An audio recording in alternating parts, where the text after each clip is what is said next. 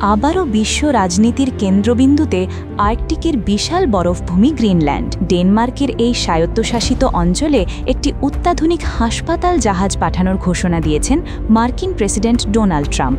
আজ রোববার 22 ফেব্রুয়ারি 2026 সামাজিক যোগাযোগ মাধ্যম এক্সে দেওয়া এক পোস্টে ট্রাম্প জানিয়েছেন, গ্রিনল্যান্ডের অসুস্থ ও অযত্নে থাকা মানুষের সেবায় এই জাহাজ পাঠানো হবে। কিন্তু যেখানে গ্রিনল্যান্ডে আগে থেকেই উন্নত ও বিনামূল্যে স্বাস্থ্যসেবা ব্যবস্থা রয়েছে, সেখানে ট্রাম্পের এই ঘোষণার নেপথ্যে কি অন্য কোনো উদ্দেশ্য রয়েছে? দেখুন বিস্তারিত।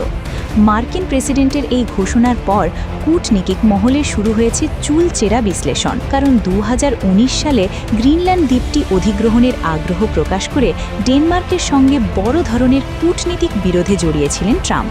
মার্কিন নৌবাহিনীর যে দুটি ভ্রাম্যমাণ হাসপাতাল জাহাজ রয়েছে, সেগুলো সাধারণত দুর্যোগ ত্রাণ বা মানবিক মিশনে ব্যবহৃত হয়।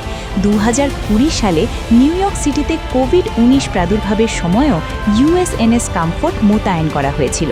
তবে বর্তমানে গ্রিনল্যান্ডে এমন কোনো জরুরি পরিস্থিতি না থাকায় ট্রাম্পের এই পদক্ষেপকে সফট পাওয়ার বা অঞ্চলটিতে আধিপত্য বিস্তারের নতুন কৌশল হিসেবে দেখছেন বিশেষজ্ঞরা।